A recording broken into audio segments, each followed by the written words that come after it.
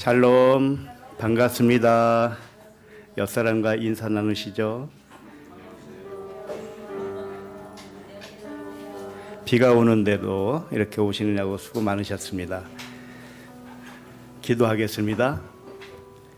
하나님 아버지, 술 취하지 않게 하시고 오직 성령의 충만함을 주시겠다고 약속하신 그 은혜를 감사합니다.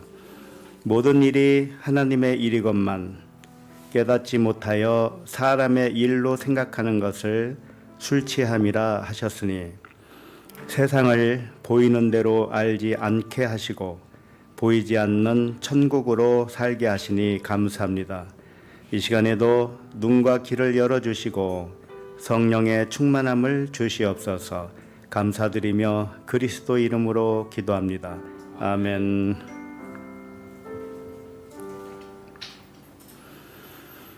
하나님의 말씀은 사도행전 2장 1절로 4절입니다.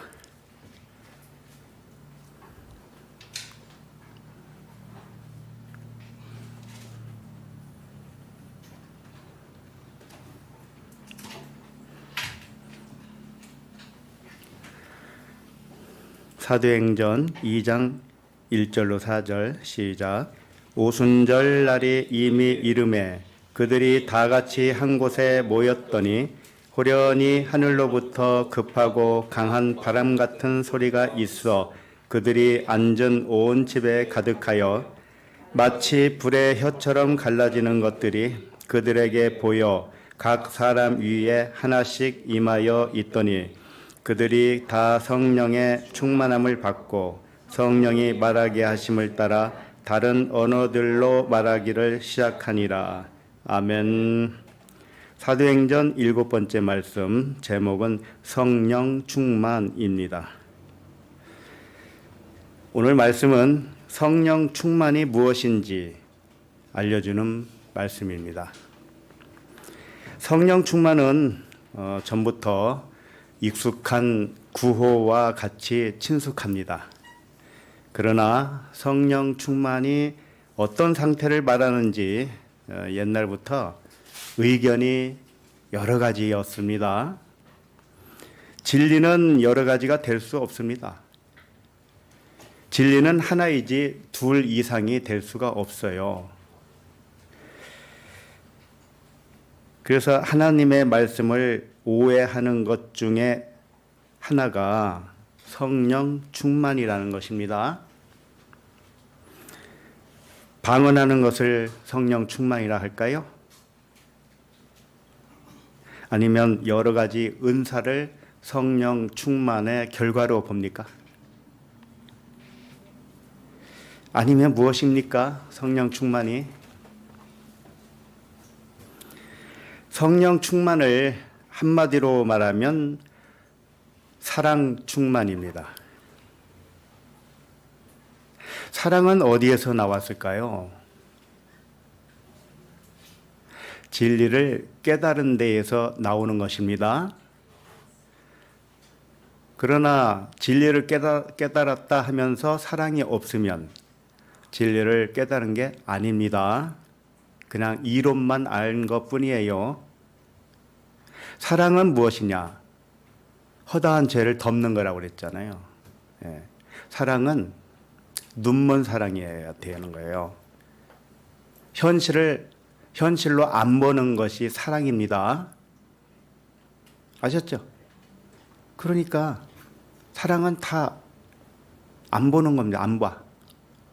너희들이 본다 하니 죄가 그대로 있느니라. 그러니까 사랑은 뭐예요? 안 보는 거죠. 안 봐야 덮을 수 있는 겁니다. 이게 성령 충만입니다. 결론부터 말씀드린 거예요. 오늘 말씀을 통해서 좀 더 자세하게 성령 충만이 무엇인지를 찾아보시기 바랍니다. 지난주 말씀은 가룟 유다의 직무를 이어받을 사도 한 명을 제비 뽑았습니다. 요셉과 마띠아 중에서 제비 뽑힌 자는 마띠아였지요. 겉으로 나타난 이 이야기도 어떤 의미로 진리를 전달하려고 했는지 지난주 말씀을 들어보신 분은 잘 아시리라 믿습니다. 아무튼 스토리상으로 볼 때 마띠아를 뽑아서 12 사도의 수에 들어온 것입니다. 11사도에서 12사도로 채워짐과 동시에 무슨 일이 일어났는가? 오순절이 임했다 그런 겁니다. 자, 이 의미는 12로 채워지는 것이 곧 오순절이라는 뜻입니다. 자, 오순절 이걸 잠깐 소개하면 열은 온전한 말씀을 뜻하지요. 그래서 십계명이라고도 합니다. 성경 말씀 전체를 열로 요약할 수가 있는 겁니다. 그래서 그걸 십계명으로 나타난 것이죠. 그런데 열을 둘로 나누면 5과 5이 생기지요. 한쪽 5과 한쪽 5이 하나가 되는 것이 무엇이냐? 오순절. 십계명 중에 하나님의 계명 5, 이웃 계명 5이 하나로 깨달은 것을 12 아들이라고 하고요. 12 사도라고도 하는 것입니다. 이걸 다르게 설명하면 오순절날 성령 충만함을 받았다. 이렇게 표현할 수가 있는 것이죠. 자신이 우리 각자가 12이라는 아들이 되고 사도가 되면 오순절을 맞이한 것입니다. 오순절이 무엇이냐? 깨달은 5말씀. 아셨죠? 오순절이라고 하는 것은 50에서 나왔어요. 근데 50은 또 어디서 나왔냐? 5에서 나왔어요. 그러니 5, 50, 500, 5000 이게 다 같은 말씀입니다. 그래서 십계명, 10계명을 하나님 사랑 5과 이웃사랑 5이 하나였다는 것을 깨달은 것이 오순절날 성령 충만 받은 거예요. 그러므로 오늘 말씀은 창조 7날 중에서 5째 날에 속합니다. 5째 날에 무엇을 창조했을까요? 창세기 첫 장에 나오죠. 5째 날 창조한 것을 보시면 바다의 생물들 그리고 공중의 새를 창조했습니다. 그리고 5째 날에는요, 번성하라 또는 충만하라 이런 단어가 나오는데 딱 5번 나옵니다. 5째 날이니까 충만이 5번 나와요. 4째 날까지는 번성하라, 충만하라 이런 단어가 없습니다. 그 이유는 영적인 의미를 가르쳐주기 위함이지요. 5째 날은 요단강을 건너가는 날인데 1세대는 죽고 2세대로만 요단강을 건너서 가나안 땅에 들어갈 수 있는 때를 의미합니다. 그래서 영적으로 거듭남, 다시 태어남, 그때부터 충만할 수가 있고 번성할 수가 있다. 그런 의미로 5째 날부터 번성하라는 단어가 등장하는 거예요. 이렇게 번성하는 것, 충만하는 것, 이걸 성령 충만이라고 하는 것입니다. 영적 의식으로만 충만한 상태, 그것을 성령 충만이라고 하는 거예요. 육에 속한 생각은 이제 완전히 사라지고 보는 것, 듣는 것, 말하는 것이 전부 진리로만 할 수 있는 상태, 이것이 5째 날.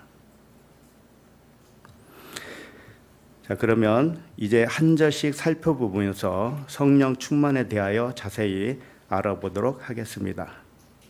1절을 읽겠습니다. 시작. 오순절 날이 이미 이름에 그들이 다 같이 한 곳에 모였더니. 오순절의 의미를 먼저 알아보겠습니다.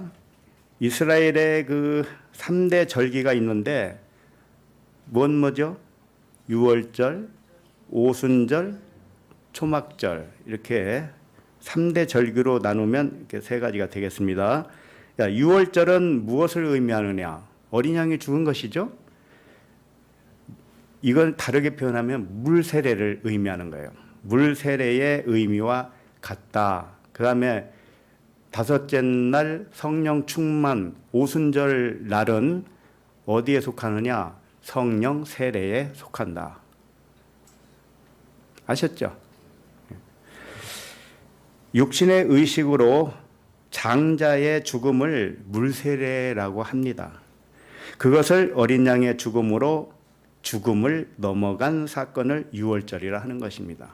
장자의 죽음이 있어야 넘어가는 겁니다. 사망이 없는 겁니다. 그 다음 오순절은 성령 세례를 의미하지요. 유월절 안식일부터 50일째 되는 날이 오순절입니다. 광야 40을 지나고 그 다음에 열흘 후 그러면 50이 되죠. 50일째 날을 오순절이라고 하는 겁니다. 오순절은 숫자 50이나 다섯에서 나왔어요. 그래서 오순절은 깨달은 다섯 말씀을 가졌다, 그런 의미입니다. 깨달은 다섯 말씀을 가졌으면 그것을 성령 충만이라 한다. 오순절을 또 다른 별명이 있습니다. 오순절은요, 별명이 3개나 있어요. 하나는 77절이라고 합니다. 왜냐하면 오순절에 처음 익은 보리곡식으로 제단에 드린 후에 미를 추수할 때까지 기간이 7주 걸린다고 해요. 그래서 77, 49죠. 그러니까 일주일이 7번, 77절 이렇게 표현한 것입니다. 그래서 제단에 바치는 보리는 육신의 생각이에요. 물세례로 죽었다는 의미는 육신의 생각을 다 드린 겁니다. 그리고 미를 수확하는 의미는 뭐냐? 영을 수확했다는 뜻입니다. 77, 49잖아요. 49 다음 날이 50일째 되는 오순절 날이 되겠습니다. 이것은 부활한 예수께서 지상에서 제자들을 만나며 영적 미를 추수하는 기간과도 같아요.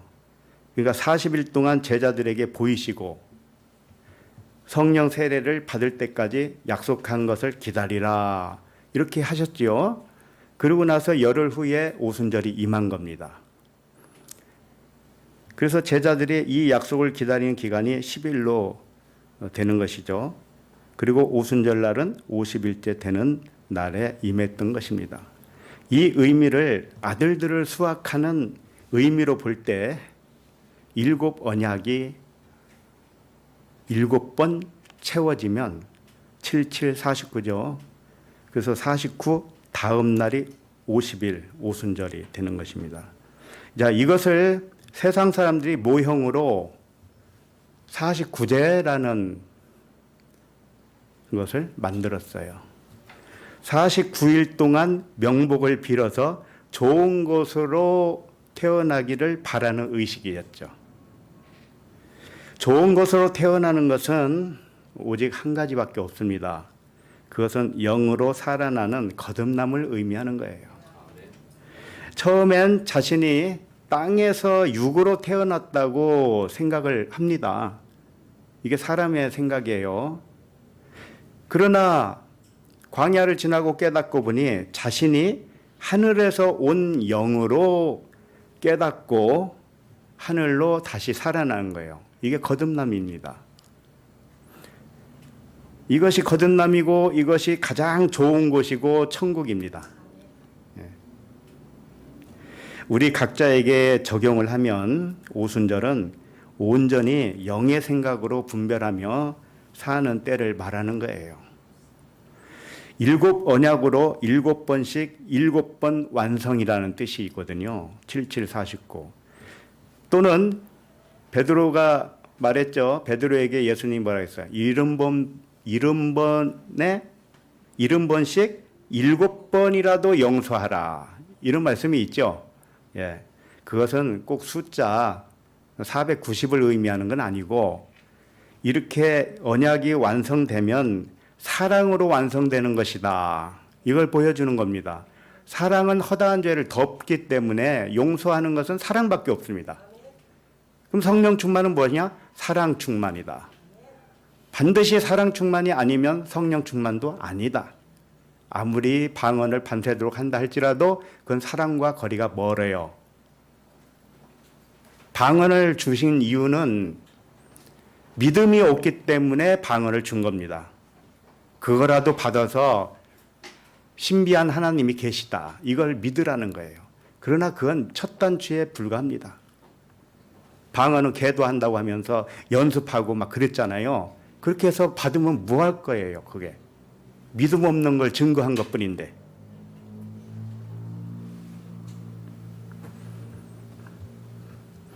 그 다음 오순절을 뭐라고 하느냐? 맥추절이라고도 합니다. 그리고 초실절이라고도 해요. 왜 그러냐면 처음 수확한 밀을 가지고 떡을 만들어서 제사를 드린다 해서 이걸 맥추절이라고 했어요. 그리고 첫 수확물로 드린다 해서 초실절이라고 한 것입니다. 오순절의 다른 이름은 뭐예요? 칠칠절, 맥추절, 초실절. 이런 거 기억하지 않아도 괜찮습니다. 왜 그럴까요? 여기는 시험 보는 일이 없기 때문에. 자, 1절을 다시 한번 보세요. 오순절 날이 이미 이름에 그들이 다 같이 한 곳에 모였더니 그랬습니다. 오순절 날이 임했다는 것은 영으로 충만한 날이 되었다. 그런 것이고요. 사랑으로 충만한 날이 되었다. 이런 뜻입니다. 그 다음에 이미 이름에 그랬죠. 이게 쉼플레로라는 단어예요. 이걸 직역을 하면 함께 가득 채웠다. 이런 뜻입니다. 쉬는 함께 하나라는 뜻입니다. 그래서 이런 단어를 쓰는 거예요. 이미 이르렀다. 함께 했다. 이런 뜻이죠. 함께 가득 채웠다. 어떤 목표점에 함께 완성이 되었다. 다다랐다. 이런 겁니다. 자, 그러면 왜 함께라는 단어를 썼을까요? 영적인 상태가 점점 완전하게 드러나는 것은 나의 영과 아버지의 성령이 함께 했다라는 거예요. 함께, 하나라는 뜻입니다. 나는 아버지께 요청하고 아버지는 나를 깨우는 것을 한 것입니다. 그러니까 함께 뭐예요? 동역을 한 거지요. 그래서 하나님의 동역자라고 하는 겁니다. 하나님과 나의 영이 하나이지만 육체로 온 내 영은 하나님의 영을 잊어버렸습니다. 생각이, 기억이 사라졌기 때문에 그것을 다시 깨우는 분이 누구냐? 하나님의 영. 이것을 성령이라고 합니다. 그래서 이미 이름에 이렇게 번역은 했지만 하나님과 함께 오순절 날이 완전히 채워졌다. 이렇게 의역을 하면 되겠습니다. 그리고 그들이 다 같이 한 곳에 모였더니 그랬죠. 자, 모인 곳이 어디일까요? 이미 1장에서 우리가 살펴본 바가 있습니다. 다락방이잖아요. 그게 후대 사람들이 다락방이 누구의 다락방인가 살펴보니까 마가의 다락방이 유력하다 해서 지금까지도 마가의 다락방 이렇게 알고 있습니다. 그러나 누구의 다락방이 중요한 게 아니에요. 다락방이라 하는 그 의미가 더 중요한 것이죠. 다락방은 뭐냐? 집 위에 위치한 방이라는 뜻입니다. 그러면 왜 꼭 다락방에 왜 모여야 되나요? 그것은 다락방은 하늘 성전을 의미하기 때문에 의미를 부여한 것이에요. 우리 자신이 하나님의 성전이라는 뜻입니다. 너희가 하나님의 성전인 것과 하나님의 성령이 거하시는 성전인지 알지 못하느냐 그랬잖아요. 우리 자신들이 성전입니다. 이게 다락방이에요. 우리 마음 성전이 하늘에 있기 때문에 그걸 다락방이라고 하는 것이고, 그러면 땅에 있는 방도 있겠죠. 우리가 마음의 성전이 위에 속한 성전이라면 땅에 속한 성전도 있어요. 그것이 뭐냐? 예루살렘 성전이죠. 그래서 이 말씀이 나에 관하여 증언하는 것으로 볼 때 그 다락방 함께 모였던 자리는 내면을 말하는 거예요. 나의 내면. 아셨죠? 예. 그래서 먼저 사도행전 스토리상으로 보면 당시 오순절 날에는 많은 유대인들이 세계 각국에 흩어졌다가 예루살렘에 모입니다. 맞지요? 왜 그럴까요? 예루살렘 성전이 예루살렘에 있으니까 오순절 제사를 드리려고 모였단 말입니다. 그러나 사도들과 얼마나 대비되는 말씀입니까? 사도들은 예루살렘 성전으로 가지 않고 다락방에 모였습니다. 이 뜻이 뭡니까? 우리들이 사도들과 같은 내면 성전을 가진 자로서 그 예루살렘 성전을 어떻게 본다는 뜻입니까? 진짜는 내 내면 성전이라면 그러면 예루살렘 성전은 무엇이 되겠습니까? 예, 모형 가짜죠. 가짜란 말이에요. 가짜로 볼 수 있단 말이에요. 우리가 예루살렘, 이스라엘 사람들이 아니라서 예루살렘에 갈 필요가 없다라는 뜻이 아니고, 우리는 영적인 깨어남에 이르렀기 때문에, 영적인 오순절을 맞이했기 때문에 실제 땅에 있는 예루살렘에는 갈 필요가 없는 것이죠. 그렇다면 예루살렘 성전으로 가지 않고 다락방에 모였다는 뜻은 다락방에 있어야 성령 충만함을 받을 수 있다는 뜻이죠. 그렇다면 다락방에서만 성령 충만을 받는다고 한다면 예루살렘 성전에서 제사를 드리는 것은 성령 충만을 받을 수 있습니까? 없다는 의미잖아요. 땅에 있는 예루살렘은 모형과 그림자이기 때문에 오직 실체는 너 자신이 성령의 전이다. 이걸 말씀하고 있는 겁니다. 성령 충만은 나의 내면 성전에서 일어나는 일이기 때문에 그렇습니다. 그렇다면 땅에 있는 예루살렘을 안으로 보면 진리가 되지만 겉으로 보면 모형과 그림자로서 아무것도 아닌 것입니다. 겉으로 보면 진리에 대한 그림자를 보기 때문에 헛것을 본 것입니다. 겉으로 보면 없는 것을 있는 것처럼 착각한 것입니다. 오직 안으로 보면 진리밖에 없습니다. 진리는 그 예루살렘 성전에 있기보다는 내 내면에 있는 거지요. 그 예루살렘, 땅에 있는 예루살렘을 보면서 저것은 모형과 그림자지. 이렇게 깨달은 사람이 나의 내면이잖아요. 그렇기 때문에 진짜는 내가 진짜인 것이죠. 오직 위에 있는 예루살렘에 있어야 진리 안에서 자유를 하게 됩니다. 위에 있는 예루살렘을 다락방으로 표현한 것이고 그 다락방은 나의 내면 성전을 의미한 것입니다. 그러니까 그 이스라엘에 있는 예루살렘을 가서 뭘 하겠다고 하는 목적으로 가서는 안 돼요. 거기서 예배를 드린다든지 찬양을 한다든지 그냥 구경하러 가는 건 괜찮아요. 구경만 하세요. 그냥 아무런 의미를 부여하지 마세요. 이미 그건 껍데기입니다. 백투더 예루살렘 뭐 이런 말을 왜 만들었는지 내가 알 수가 없어요. 1절 말씀을 나에게 적용을 해서 요약을 하면 이렇게 되겠지요. 나의 영적 오순절은 언약 5째 날에 깨달은 5 말씀을 가진 날이다.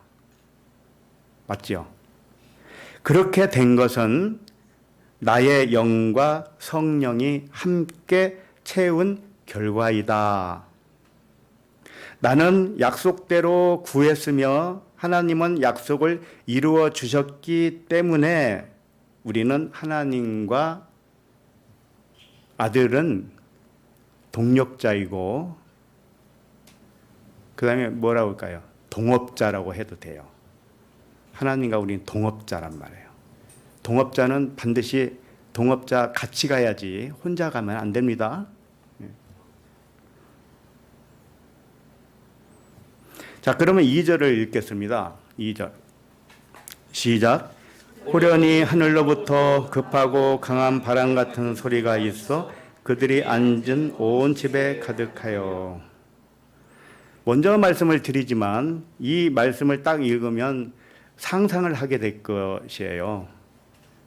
하늘로부터 급하고 강한 바람 같은 소리가 있는데 온 집에 가득했다. 막 상상을 하지요. 그래서 사람은 이미지를 만들어냅니다. 누구든지 그렇습니다. 그러나 10사람 이미지를 말하라고 하면은 다 다르게 말을 할 겁니다. 그것은 무엇을 의미합니까? 그 이미지를 만들어낸 것은 그것은 진짜가 아니고 가짜다. 이거 아닙니까? 맞지요? 그러면 우리가 똑같은 어떤 일을 경험했다고 합시다. 세상 일을. 근데 어떤 사람은 그 일을 당하면서 아무렇지도 않은 사람도 있겠고, 어떤 사람은 그 일을 당하면서 속상할 수도 있을 것이고, 어떤 사람은 그 일을 당하면서 반성할 수도 있을 것이고, 어떤 사람은 그 일을 당하면서 화를 낼 수도 있을 것입니다. 근데 똑같은 일인데 왜 사람마다 이게 다릅니까? 이것은 무엇을 알려주고 있습니까? 이것은 각자 스스로 만들어낸 이미지라는 겁니다. 이미지는 진짜가 아니고 가짜라는 겁니다. 그럼 오직 진짜는 뭘까요? 진리밖에 없습니다. 오직 진리입니다. 하나님의 사랑입니다. 그걸 봐야 돼요. 하나님의 사랑을 볼 줄 알아야 돼요. 그걸 못 보면 올라오는 게 스물스물 날이 갈수록 더 올라와요. 그럼 누가만 손해일까요? 누구만 손해일까요? 자기만 손해죠. 자기만. 손해보는 일을 왜 자처하느냐고요. 참 재밌어요. 사람은. 저쪽으로 가면은 언덕으로 절벽으로 빠지니까 그쪽으로 가면 안 돼. 절벽으로 떨어지면 안 되잖아. 그런데도 그로 가요. 그게 사람이라니까요. 왜? 눈먼 장님이기 때문에 그래요. 양들이 딱 그렇잖아요. 1m밖에 못 본다는 거예요. 양들이. 그래서 앞에서 한 놈이 가면은 다 쫓아가다가 한 놈이 절벽으로 떨어지면 다 떨어진다는 거예요. 그게 양이래요. 그래서 우리를 양이라고 한 겁니다. 우리는 앞을 볼 줄 몰라요. 그래서 누구에게만 맡겨요? 성령께만, 아버지께만. 네. 이게 좋은 일이든지 나쁜 일이든지 이 판단은 누가 하고 있느냐? 내가 하고 있다니까요. 내가. 그럼 내가 하고 있는 것은 그건 가짜입니다. 이건 전부 마찬가지입니다. 무엇을 하든지 마찬가지예요. 하나님은 사랑이셔요. 성령 충만이 뭐냐? 이 사랑으로 본다는 겁니다. 자, 2절에 보면 호련히라고 되어 있습니다. 호련히는 이 단어가 아프노라는 단어인데요. 호련히 또는 갑자기 그런 단어입니다. 자, 이 단어는 사도행전에서만 쓰인 단어예요. 2번 나왔어요. 3번인가요? 호련히라는 단어 번역으로 1번 나왔고 오늘 본문에 갑자기로 번역을 2번 했습니다. 자, 호련히 갑자기라고 표현할 때 언제 사용하느냐 하면은 이걸 세상적인 일로 생각하면은 언제 갑자기라고 사용합니까? 세상에서 사람이 살면서 일어나는 일로 봤을 때 예상하지 못한 일이 일어나면 그걸 갑자기 일어났다 이렇게 말을 하죠. 맞죠? 생각지 않은 그 일에 예를 들어서 전혀 생각하지 않은 사람이 연락도 없다가 집에 불쑥 찾아왔어요. 그때 뭐라고 그래요? 그 사람이 갑자기 우리 집에 찾아왔다고 표현을 하잖아요. 북한이 갑자기 미사일을 쐈다. 갑자기 지진이 발생했다. 갑자기 로또에 당첨됐다. 등등 세상에서는 갑자기를 그렇게 사용한단 말이죠. 그러나 갑자기를 사람의 일로 생각하지 말고 하나님의 일로 생각한다면 갑자기는 어떤 상황일 때 사용할까요? 1번. 갑자기는 세상적인 의미로 갑자기 발생한 일을 의미하지 않는다. 이게 1번. 2번은 세상 가치관처럼 갑자기 일어난 일을 갑자기라고 한다. 몇 번이에요? 네? 갑자기 웃으시네. 이 갑자기는 세상에서는 예상치 못했을 때 갑자기라고 하잖아요. 그런데 영적인 의미로는 보이지 않다가 보일 때, 보이지 않다가 이 보이는 거 만물을 보다가 보이지 않는 신성을 딱 발견했을 때 그걸 갑자기라고 표현하는 거예요. 히브리서 4장 13절을 펴봅니다. 히브리서 4장 13절.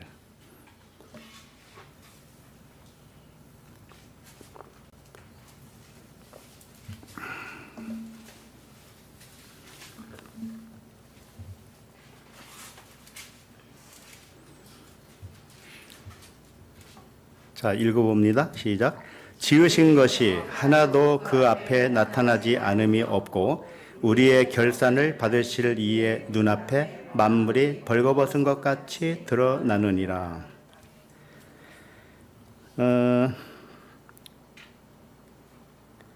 여기 보면 그 앞에 나타나지 않음이 없다 이렇게 표현되어 있죠. 나타나지 않은 것은 갑자기가 아닌 것은 하나도 없다 이런 뜻입니다. 이게 같은 단어이거든요. 그러면 이게 무슨 말이지? 자, 이 말씀을 간단하게 말하면 첫째, 하나님이 지으신 것은 모두 보이도록 나타난 것이다 이런 말씀을 하신 거고요. 두 번째, 결산 받으실 이의 눈앞에 이렇게 되어 있죠. 결산 받으실 이의 눈앞에. 근데 결산 받는다는 게 뭘까요? 자, 결산 받으실 이라고 했는데 이게 로고스로 되어 있어요. 결산 받을 로고스다 이런 뜻입니다. 결산 받는다는 뜻은 그분이 지으신 만물이 말씀으로 결산된다는 뜻이에요. 이제 아시겠죠? 피조물인 만물이 벌거벗으면 말씀으로 드러난다는 뜻입니다. 이렇게 될 때 그걸 갑자기 되는 것이다. 이렇게 표현한 거예요. 다시 말해서 영적 눈이 밝아져서 만물을 말씀으로 볼 때 이것을 갑자기 또는 호련히라고 표현을 하는 것입니다. 이 갑자기 호련히라는 아프노 이 단어 자체가 빛에서 왔어요. 포스라는 빛에서. 그렇기 때문에 갑자기라는 것은 빛이 갑자기 비춰졌다 이런 의미가 되는 것입니다. 만물에서 감춰진 빛이 드러날 때 갑자기 또는 호련히라고 표현하는 것입니다. 이제 아셨죠? 그러니까 호련히 오순절날이 임했다는 것은 뭐냐? 오순절날은 빛이라는 뜻이고 그 빛이 드러났다는 뜻이죠. 예, 그것을 의미하는 것이지 뭐 갑자기 호련히 찾아왔다. 오순절날은 정해져 있는데 왜 갑자기라고 그래요? 다 알고 있는데 오순절날이 언제인지 알고 있는데 왜 갑자기 호련히 임했다고 그럴까요?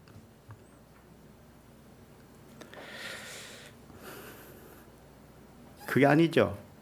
호련히 이것은 성령이 오순절날 임했다 뭐 이런 의미로 사용한 것이죠. 어쨌든 하늘로부터 호련히 왔다고 그랬는데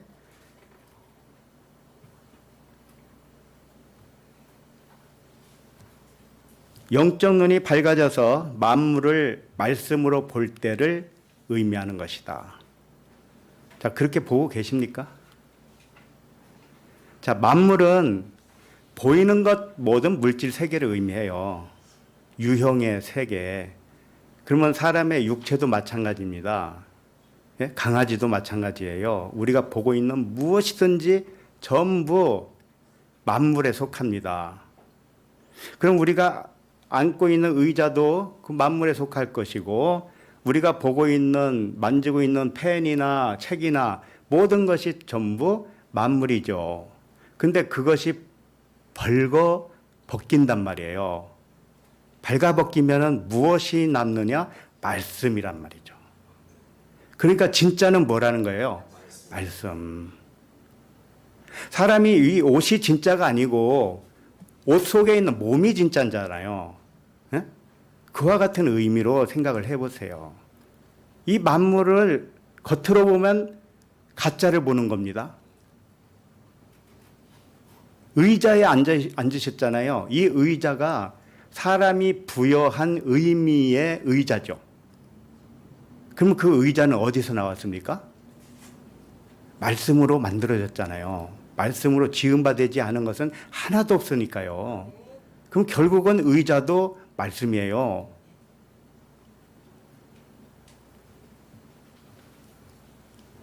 그와 같이 사람의 일 있죠. 사람의 일. 네? 신경질 나는 일, 두려운 일, 기쁜 일, 좋은 일, 나쁜 일 이런 일이 있잖아요. 사람에게. 그 일이 어디서 왔습니까? 그래요. 말씀에서 왔어요. 그러면 그 일을 뭘로 봐야 되죠? 말씀으로 보면 됩니다. 말씀으로. 그럼 말씀에는 오류가 있을까요? 말씀은 사랑입니다. 진리입니다. 말씀이 나쁜 것이 있을까요? 없지요. 그러니까 이 세상 모든 일은 나쁜 것이 하나도 없는 겁니다. 그런데 나쁘게 보면 무엇을 본 거예요?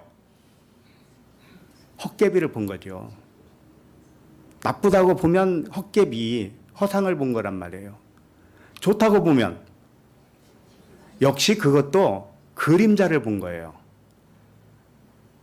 세상은 좋고 나쁜 것으로 나오기 때문에 어떤 사람에게는 좋았던 것이 어떤 사람에게는 나쁘게 보입니다. 그렇기 때문에 이것은 그림자예요. 좋고 나쁜 것이 없어요. 하나님은 보시기에 다 좋았다고 그랬습니다. 하나님이 보시기에 왜 좋은가 하면은 다 말씀으로만 보기 때문에 그래요. 다르게 말하면 신성으로 보기 때문에 다 좋은 거지. 신성으로 안 보면 좋은 거 나쁜 게 존재합니다. 그러나 그것은 헛것을 본 거예요.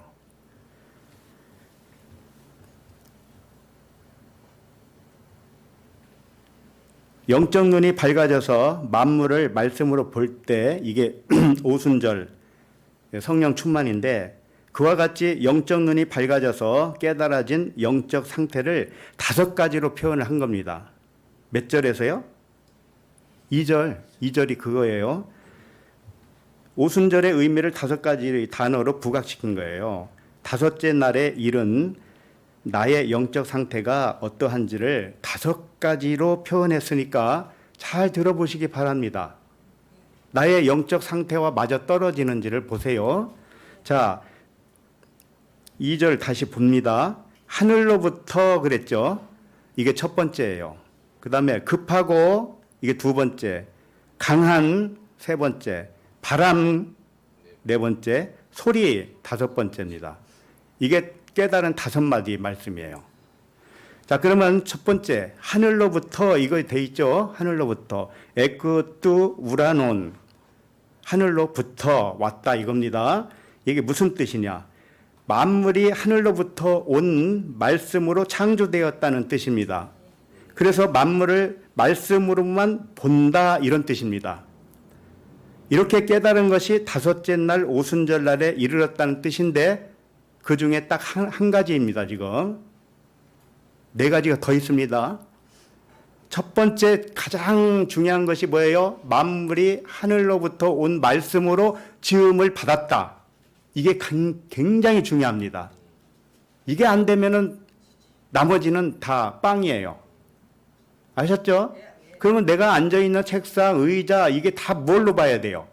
말씀. 그 말씀으로 안 보면은 뭘 본 거예요? 헛것을 본 거예요. 이제 잘 아시네요.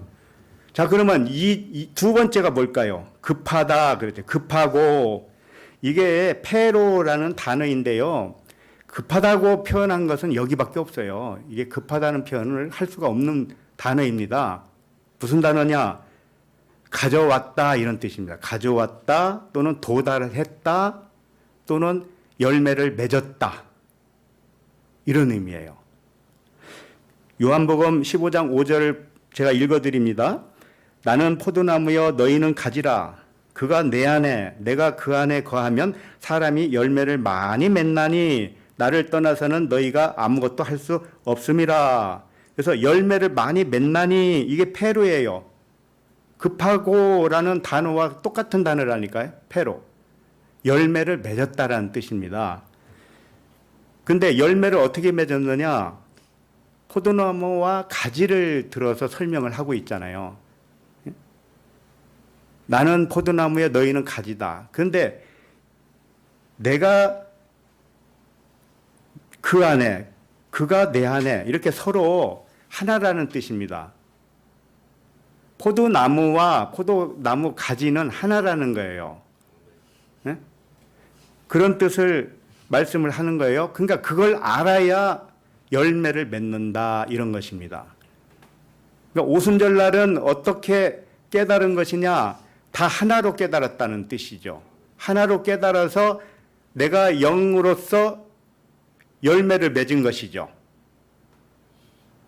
오순절은 수확의 의미가 있잖아요. 나의 영을 수확한 거니까 그 열매가 나의 영이란 말이에요. 영. 그 말씀을 급하다 이렇게 표현한 거죠. 생뚱맞게요. 그러므로 급하다로 표현된 단어는 5째 날 내가 그리스도 안에, 그리스도가 내 안에, 아버지가 내 안에, 내가 아버지 안에 이렇게 서로 하나가 되어서 열매로 맺게 되었다는 뜻입니다. 됐죠? 이게 2번째입니다. 자, 그 다음에 강한 그랬죠? 강한 이 비아이오스라는 단어인데요. 예, 강하다. 폭력에 의한 힘이다. 이렇게 되어 있는데요. 이것은 무엇을 상징하느냐면 저항할 수 없는 하나님의 능력을 나타내는 말이에요. 강하다라는 뜻은, 자, 하나님의 능력이 약하면 자신이 세운 뜻을 이루기 어려울 것입니다. 하나님의 능력은 제한이 없지요. 그러나 그분은 철저하게 아무렇게나 그 능력을 발휘하는 게 아닙니다. 어떻게 하느냐? 철저하게 언약에 근거하여 일을 하십니다. 아들을 밖으로 보낸 아버지는 탕자의 아버지 아시죠? 탕자를 세상에 보냈잖아요. 탕자가 우리들이었습니다. 영이 육체로 오면 탕자예요. 그런데 아버지는 그 탕자가 반드시 돌아오도록 모든 조치를 해놓으셨어요. 그 조치를 안 해놓고 그 조치를 따라서 다시 탕자가 집으로 돌아오게 못한다면 하나님의 능력은 제한적이죠. 그러나 하나님의 능력은 제한이 없어요. 반드시 이루어야 합니다. 그래서 아버지께 모든 것을 맡길 수 있는 것입니다. 아버지께 모든 걸 맡겨야지, 그래야 탕자가 돌아온 탕자가 되죠. 못 맡기고 내 힘으로 바둥대면 아직 돼지 쥐염 열매를 먹고 있는 상태란 말이에요. 그러니까 아버지께 맡기지 않으면 불안하고 초조로 평안을 깨게 됩니다. 자, 그럼 세 번째까지 했습니다. 그 다음에 네 번째가 뭐예요? 바람이죠. 이 바람을 푸노에라는 단어입니다. 푸노에는 호흡이라는 뜻이에요. 호흡. 호흡인데 이게 푸뉴마에서 온 단어이기 때문에 영적 호흡을 말하는 거예요. 그러니까 바람 같다라고 했지만 이것은 영적 호흡, 하나님이 주시는 생명의 호흡, 그것을 충만하게 한다는 의미예요. 사도행전 17장 25절에 보면 잠깐 찾아볼까요? 사도행전 17장 25절.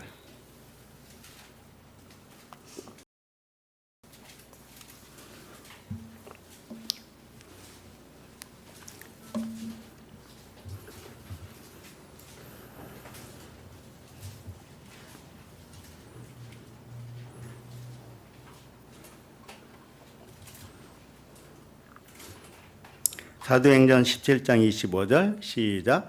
또 무엇이 부족한 것처럼 사람의 손으로 섬김을 받으시는 것이 아니니 이는 만민에게 생명과 호흡과 만물을 친히 주시는 이심이라.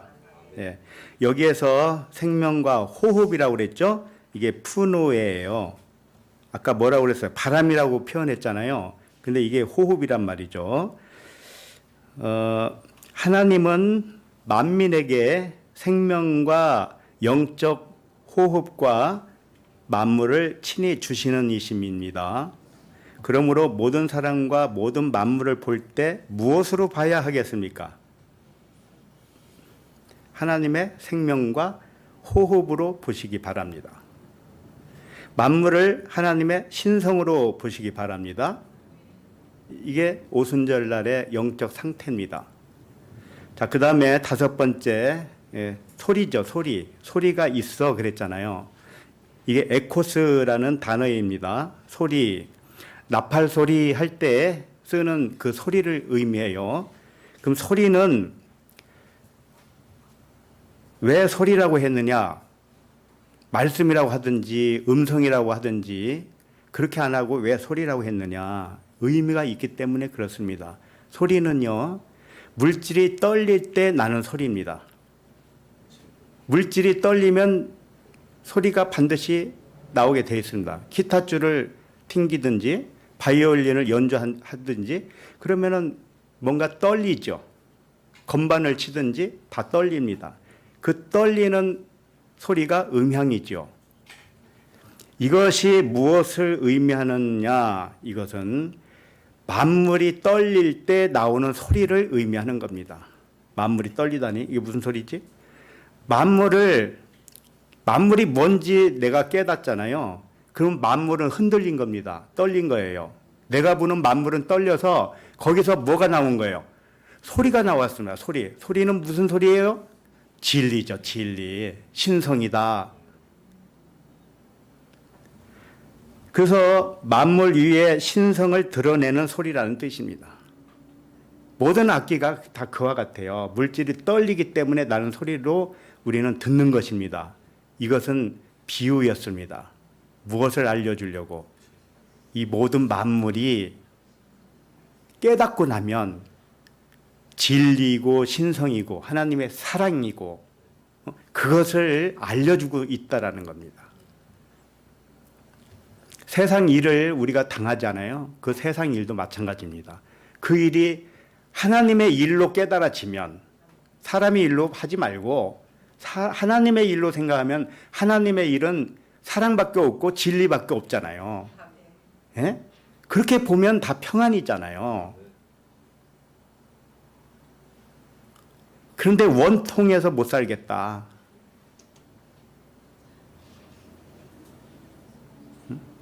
한 대 맞으면 두 대를 때려야 속이 시원하겠다. 그것은 진리를 몰라서 그렇다니까요. 성령 충만이 안 돼서 그렇다니까요. 사랑 충만이 안 돼서 그렇단 말이에요. 그러니 기도해야죠. 예? 나에게 사람의 일을 하나님의 일로 보는 눈을 열어 주시옵소서. 이렇게 기도하셔야 됩니다. 그러면 하나님의 때가 차잖아요. 그럼 순식간에 눈이 획 돌아갑니다. 획 돌아가는 것을 나쁘게 생각하지 마시고 보이는 것이 안 보이는 것으로 보게 돼요. 그래서 이 소리라는 것은 깨달음의 소리죠. 사람의 일을 하나님의 일로 깨닫는 소리, 만물을 신성으로 깨닫는 소리입니다. 예, 이것이 소리예요. 그와 같이 피아노가 소리를 내지 못하면 피아노로서는 아무것도 아니죠. 그렇잖아요.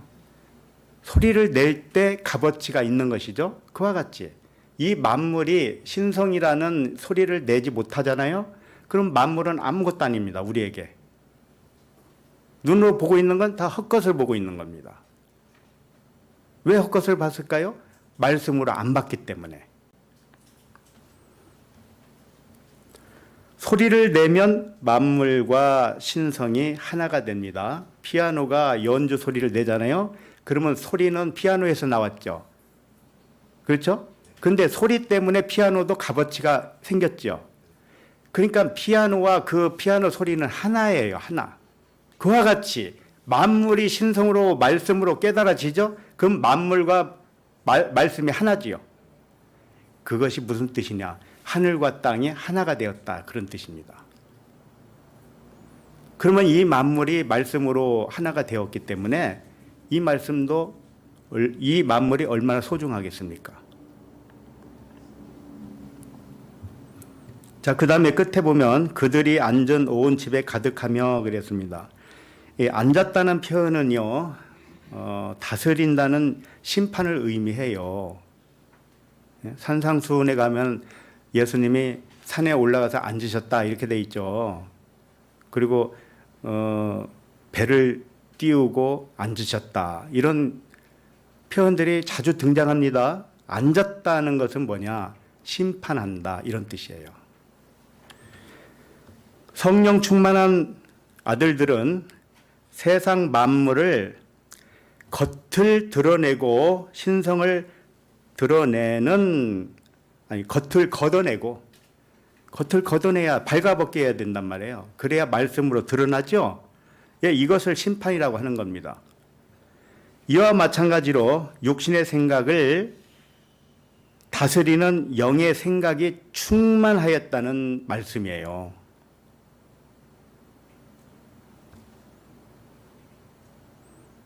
잘 따라오는지 모르겠네. 맹숭맹숭 해가지고. 아니 만물이 뭘 걷어내면 또 뭐 발가벗기면 말씀이 보여. 참 철학 같은 말을 하고 있네. 그러겠지요. 아, 사람이 일인데 어떻게 하나님의 일로 봐, 그걸. 내가 손해봤으면 손해본 것이지. 내가 이익봤으면 이익을 봤지. 어찌 하나님의 일로 보라는 거요?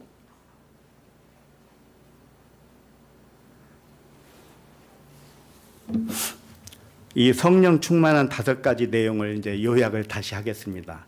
왜? 자꾸 까먹으니까. 첫 번째는 만물이 하늘의 말씀으로 창조되었기 때문에 만물을 말씀으로만 본다. 이게 첫 번째입니다. 두 번째, 내가 그리스도라는 열매가 되었다. 이게 두 번째. 세 번째는 언약대로 반드시 이루어 주시는 하나님의 능력으로 된다. 네 번째, 하나님은 만민에게 생명과 영적 호흡을 주시기 때문에 만물을 신성으로만 본다. 다섯 번째, 나팔 소리를 듣는 것처럼 만물이 진동하며 들려주는 소리는 진리의 복음의 소리였다. 이렇게 되는 것이 오순절날입니다. 성령 충만입니다. 그런데 깨닫지도 못하고 듣지도 못했는데 어찌 성령 충만이라고 할까요? 성령 충만은 어떤 감정이 아닙니다. 펄펄 뛰는 감정이 있어요. 어떤 사람들은. 찬양 부르잖아요. 그럼 일어서서 펄펄 뜁니다. 그걸 성령 충만이라고 생각을 합니다. 그런 사람에게 가서 물어보세요. 만물이 뭡니까? 어떻게 보입니까? 세상 일이 어떻게 보입니까? 한번 물어보라고요. 그걸 알고 있는지. 눈이 완전히 바뀌었는지. 아무것도 안 바뀌었는데 무슨 성령 충만해요. 그리고 그런 사람들이 뭐 보면은요, 집회 가서는 열심히 박수치고 춤추고 그렇게 하는데 집에 가면은 싸워요. 근데 어떻게 성령 충만해요? 그리고 기도 많이 하고 방언 많이 하고 예언하고 하는 사람들이요, 얼마나 억센지 아세요? 그 옆에 가기도 싫어요. 억세가지고. 사람 야단만 치어요. 그런 사람들은. 가끔 교회 한 번 안 보이잖아요. 그러면 죽입니다. 반 죽여요.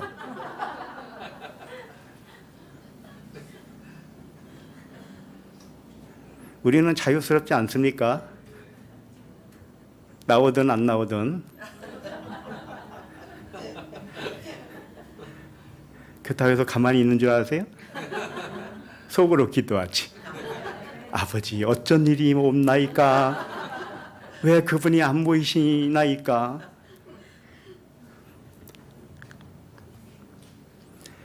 성령 충만은 다시 말씀드리지만 진리를 알아야 성령 충만이 되고 진리를 알아야 사랑이 나와요. 그게 진짜 사랑이에요.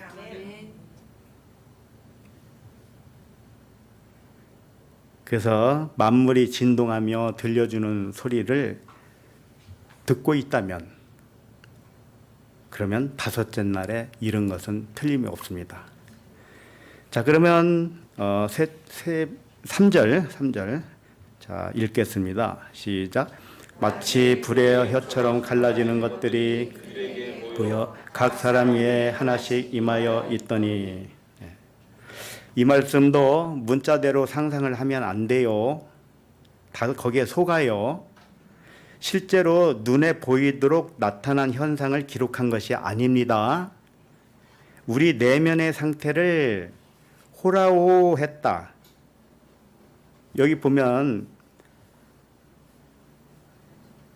마치 불의 혀처럼 갈라지는 것들이 그들에게 보였다 이렇게 돼 있죠. 이 보인 것이 호라호예요. 의미로 봤다 이런 뜻이에요. 내 내면 세계에서 진리로 깨달았다. 진리로 봤다 이런 뜻입니다. 무슨 뭐 불의 혀같이 갈라지고 각 사람에게 임하고 이걸 상상을 동원하면 다 헛것을 본 겁니다. 이 성경을 기록한 사람은 성령에 의하여 기록한 거예요. 1.1획도 영적인 글자가 아닌 것은 하나도 없습니다. 불의 혀같이 갈라져서 내려온들 뭐 어쩌다는 거예요, 그게. 그 신비한 것만 생각해, 사람은. 실제로 눈에 보이도록 나타나는 현상을 기록한 것이 아니고 우리 내면의 상태를 호라오했다, 깨달아서 보았다, 이런 뜻입니다. 마치 불의 혀같이 갈라지는 것들이 그들에게 보여 호라오해서 진리로 깨달은 마음으로 보았다. 불은 뭘 의미하느냐? 항상 영을 의미하죠. 불은 태우는 거잖아요. 태운다는 의미죠, 불은. 그러나 영은 육을 태우잖아요.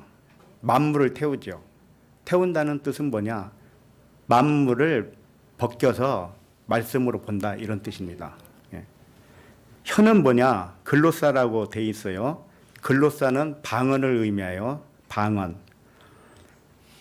뜻을 모르는 사람의 말이 방언입니다. 그 사람의 말이 있잖아요. 육체의 생각으로 하는 말, 이게 다 방언이라니까요.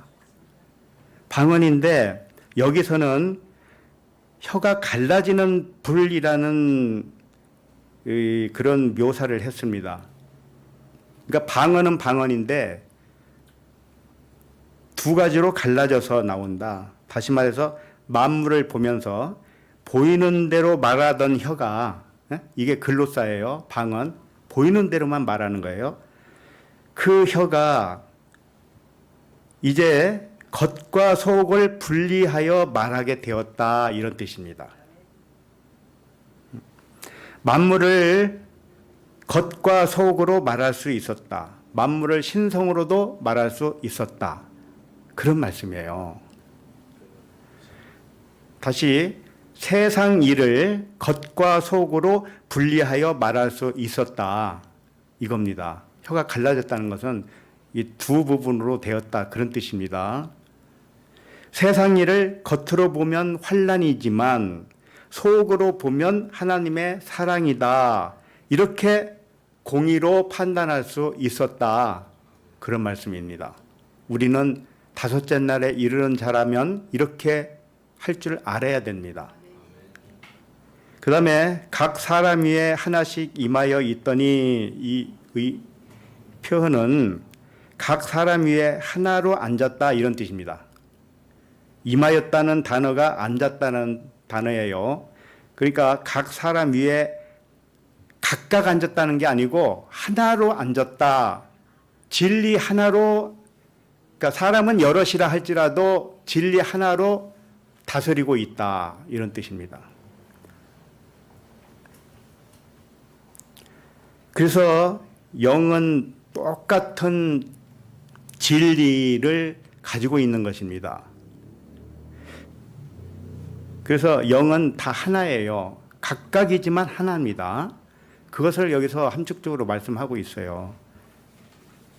그래서 우리 각 사람은 각각이지만 영은 하나예요. 다 이렇게 붙어 있단 말이에요. 세포가 하나하나지만 다 연결돼서 이 몸이라는 전체를 구성하듯이 우리는 그렇게 구성되어지고 있는 겁니다. 자, 그 상태로는 항상 진리, 똑같은 진리를 가진 자입니다. 그래서 깨어난 영들은 같은 말만 하게 되어 있어요. 같은 진리를 말하게 되어 있습니다. 표현 방식은 물론 다를 수는 있지만 하나를 말을 하고 있는 것이죠. 그래서 모든 것을 말씀으로 계산한다는 뜻이에요. 말씀으로만 계산한다. 예. 성령 충만하십니까? 그렇다면 보이는 만물을 신성으로 깨달아 보고 있어야 합니다. 세상의 모든 일을 하나님의 일로 보아야 맞는 것입니다. 다섯째 날 되는 것도 쉽지 않지요.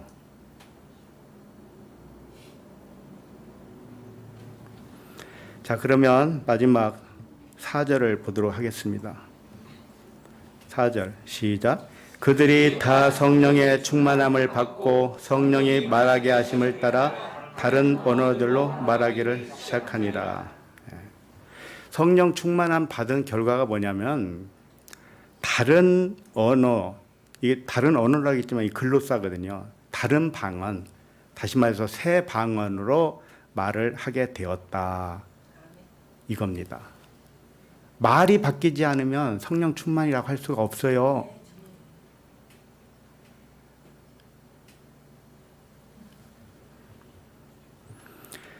이 4절에는요, 성령과 영 두 가지로 기록하고 있어요.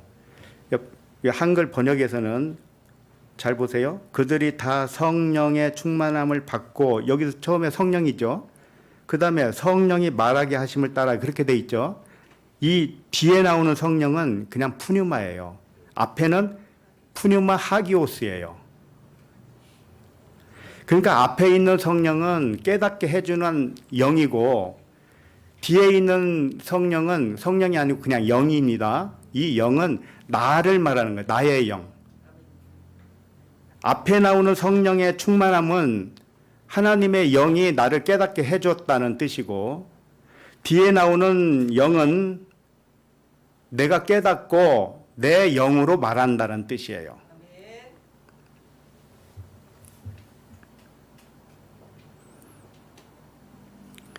그래서 깨닫게 해주시는 하나님의 성령으로 충만하다 이런 뜻이고요. 성령 충만을 오해하면은 성령이 밖에서 내면에 들어왔다고 생각을 합니다. 그러나 그렇지 않습니다. 성령은 어디 떠돌아다니다가 훅 들어오는 성령을 말하는 게 아닙니다. 나와 단 한 번도 하나님과 분리된 적이 없습니다. 항상 함께 있었습니다. 다만 나의 영이 분리의식으로 하나님과 분리를 했고 떼어놨던 것입니다. 그럼 성령 충만은 무엇이냐? 항상 함께하는 이 신성한 하나님의 영이 잠자는 나의 영을 깨닫게 한 것을 의미하는 것입니다. 성령 충만은 깨달음을 주는 성령이 충만하게 역사하고 있다 이런 뜻입니다. 그런 결과로 여기 보면 성령이 말하게 하심을 따라 이렇게 되어 있죠. 이게 존칭을 써서 그래요. 이게 성령이 푸뉴마예요. 나의 영이 내 영이 이제 깨달았으니까 말하게 하심을 따라 이렇게 되어 있는데 그게 아니고 디돔이라는 단어입니다. 말을 하도록 넘겨줬다 이런 뜻입니다. 나의 영이 영의 생각을 누구에게 넘겨주는지 생각을 해보세요. 누구에게 넘겨주죠? 내가 혀로 말을 해야 되잖아요. 그럼 누구에게 주는 거예요? 내 혀에게 주지. 내 몸에 준다고요. 육체에 준단 말이에요. 그럼 육체는 내 영이 넘겨준 대로 말을 할 수밖에 없죠. 그게 새 방언을 말한다 이런 뜻입니다. 그러니까 나의 영이 말하도록 말하도록 이게 아포 푸덴코마이라는 단어예요. 이게 무슨 뜻이냐면 한마디로 말하면 빛의 말을 의미해요. 빛에서 온 말. 그러니까 깨달은 말이죠. 쉽게 말하면 영이 하나님의 성령이 깨닫게 해주니까 나의 영도 깨달았잖아 이제. 그러면 빛의 말을 할 수 있지요. 그럼 빛의 말을 누구에게 넘겨주느냐면은 내 혀에다가 넘겨줬다 이런 뜻입니다. 혀는 영이 넘겨준 대로 말할 수밖에 없는 거지요. 그 결과 다른 언어라기는 다른 글로사, 다른 방언이란 말이죠. 새 방언, 영과 진리로 말한다는 그런 뜻입니다. 이해 못할 거 하나도 없지요. 이해는 하는데 아는 것과 믿는 것이 하나가 되어야 돼요. 아는 것으로 끝나면 안 됩니다. 또 믿는 것으로 끝나도 안 돼요. 세 가지가 있어요. 삼일기에 항상. 처음에 알죠? 그 다음에 믿어요. 그 다음에 실행에 옮겨야 돼요. 실행에 옮기는 게 마지막이에요. 내가 당하는 모든 일, 그걸 처음에는 뭘로 알아야 돼요? 하나님의 일로. 그 다음에 하나님의 일로 믿어. 확신해. 그 다음에 하나님의 일로 믿었으니까 그 행함이 나와야지. 믿기는 믿었다고 하는데 근심은 여전해. 그럼 그 행함이 온전합니까? 아니잖아요. 약 올라 죽겠죠. 어떤 분은 그럴 겁니다. 그렇게 해서 시험 드신 분도 있는 줄로 알아요. 아니, 사람이 도대체 할 수 없는 걸 왜 이렇게 하라고 그러고, 나는 옛날부터 잘 깨달았다고 생각했는데 자기 모습을 보니 깨달은 것 같지가 않아. 그래서 속상해. 행함이 안 나와. 여전히 불평불만이요. 그래서 그런 분은 이제 말씀 듣기가 싫은 겁니다. 자꾸 찔르니까. 그런데 복받은 사람은 누구냐? 찌름을 당해야 되잖아요. 옆구리에 창을 찌르야죠. 그러면 예수님은 가만히 계셨잖아요. 야, 찌르지 마. 이렇게 안 했단 말이에요. 그래서 거기서 진리가 나와야 되죠. 예. 이 4절을 정리하면 모든 것을 통달하시는 하나님의 신성한 영이 잠에서 덜 깨어난 나의 영을 깨닫게 하는 영으로 충만함을 받으니 그 결과로 깨달은 나의 영이 몸의 혀에게 빛의 말씀을 넘겨주니 몸의 혀가 날레오 말했다. 날레오가 뭐냐면 깨달은 말로 그대로 전달하게 되었다. 이런 말씀입니다. 혀는 내 마음에서 나오는 생각을 그대로 반영할 수밖에 없는 겁니다. 그러니까 육신의 생각이 나를 말하게 하느냐, 영의 생각이 나를 말하게 하느냐, 이거밖에 없어요. 그렇지만은 그것이 하나인데 영이 잠자고 있으면 육신의 마음으로 나오는 것이고 영이 깨달아지잖아요. 성령 충만함을 받아서 깨달아지잖아요. 그러면 깨달은 말이 나올 수밖에 없는 거예요. 이 몸은 중립입니다. 몸은 죄도 없고요. 아무것도 아니에요. 몸은. 그냥 말하게 하는 대로 말하는 거예요.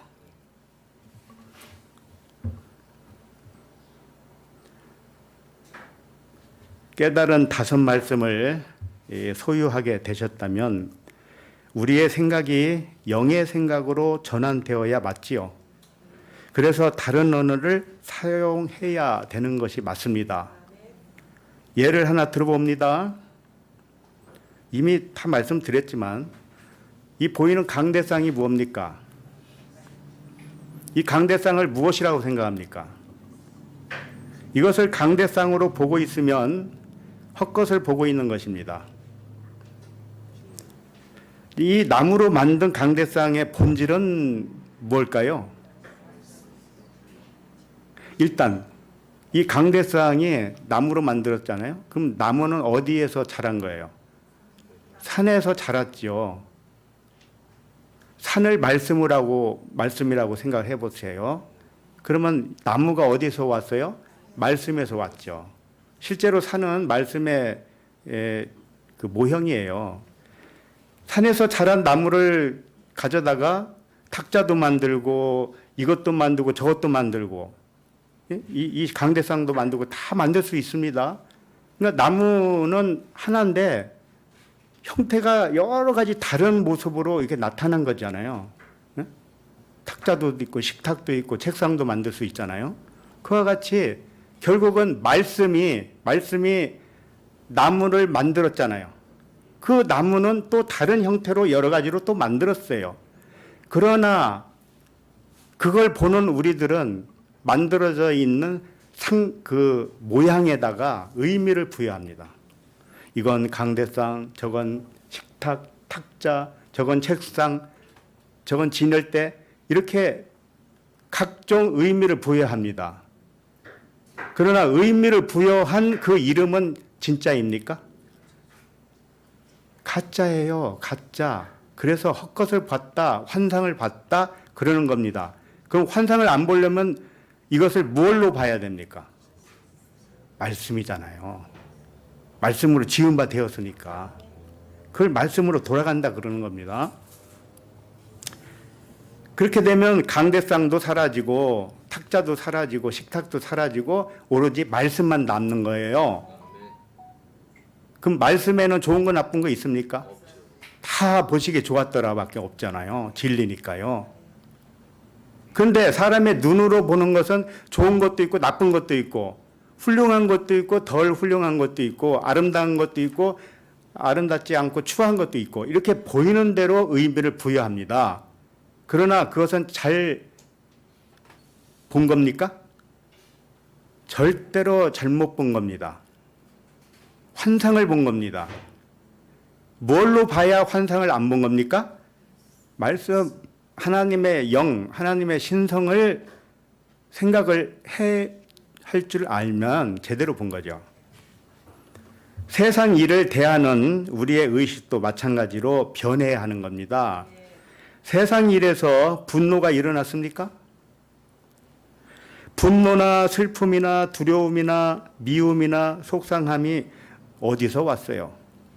그 근원을 자세히 살펴보면 세상에서 온 육신의 마음입니다. 육신의 마음 속에는 분노, 슬픔, 두려움, 미움 이런 것들이 이미 웅크리고 있습니다. 마음 상태가요. 근데 그걸 격발시키는 일이 생기잖아요. 그러면 때로는 분노로, 때로는 미움으로, 시기 질투로, 속상함으로 이렇게 나옵니다. 왜? 사람의 육신의 생각은 다 그걸로 되어 있기 때문에. 다만 거기다가 이렇게 촉진제가 안 들어가면 가만히 있습니다. 옛날에 돼지 키울 때 돼지우리에 부정물이 있었잖아요. 그 어느 날 보면 가만히 있을 때는 맑아요, 이게. 근데 그걸 저었잖아요. 그러면은 막 속에서 오물이 나오는데 우리 육신의 생각은 그와 같습니다. 아무 일이 없을 때는 평안한 것 같아요. 저 사람 보니 법 없이도 살 수 있겠네 이런다니까요. 근데 막대기로 살짝만 저어봐요. 그 안에 있는 게 올라올 수밖에 없어요. 그게 사람의 마음이란 말이에요. 이 마음에 맞는 코드가 맞는 일이 딱 생기잖아요. 그러면 같은 종류의 감정이 솟아오릅니다. 슬픔이란 감정이 이미 웅크리고 있었는데 슬픈 일이라 생각되어지는 일이 나에게 왔죠. 그러면 슬픔으로 폭발하는 겁니다. 그러나 육신의 마음 기준이 사라지면 어떨까요? 육신의 판단은 사라지고 평안한 상태만 유지될 수 있습니다. 어떻게 해야 할까요? 이 강대상을 말씀으로 보는 것 같이 세상 일을 말씀으로 보시면 됩니다. 간단합니다.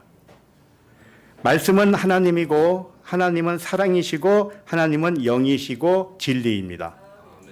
하나님은 생명이시고 평안이십니다. 그렇다면 나에게 일어난 모든 일을 사람의 일에서 하나님의 일로 바꿔서 생각해 보시기 바랍니다. 이것을 매일매일 연습하듯이 해 보셔야 돼요. 겉으로 보이는 대로는 아무 의미가 없다고 생각하셔야 됩니다. 겉으로 보는 것은 아무 의미 없어요. 아무것도 아니에요. 그 안으로 보는 것만 진짜입니다. 말씀만 진짜예요. 겉으로 보이는 이 의미는 사람이 만들어 놓은, 사람이 부여한 의미이기 때문에 그래요. 그것은 각자가 의미를 다르게 볼 수도 있기 때문에 이건 환상에 지나지 않습니다. 그러나 진짜는 진리 하나밖에 없죠. 말씀 하나밖에 없습니다. 오직 하나님이 만든 의미는 하나님 자신 외에는 아무것도 없어요. 그러므로 모든 일을 겉으로는 아무것도 아닌 환상으로 보시기 바랍니다. 안으로는 하나님의 생명과 평안이라고 믿으시기 바랍니다. 그렇게 해야 생명과 평안을 누리게 되기 때문에 그렇습니다. 하나님은 좋은 것을 주시기 원하십니다. 기도하겠습니다. 하나님 아버지, 우리에게 성령의 충만함으로 함께 하심을 감사합니다. 성령의 충만은 일시적인 충동적 감정이 아니라 만물을 발가벗겨서 말씀으로만 인식하는 영과 진리의 충만인 줄로 알게 하시니 감사합니다. 성령의 충만은 세상의 모든 일을 사람의 일로 생각하지 아니하고 좋은 일이든 나쁜 일이든 모두 하나님의 일로 생각하여서 천국의 삶을 사는 의식인 줄로 알게 하심을 감사합니다. 우리 도부 에클레시아 가족 모두에게 이와 같은 성령의 충만함을 주시옵소서. 사랑의 충만함을 주시옵소서. 감사드리며 그리스도 이름으로 기도합니다. 아멘.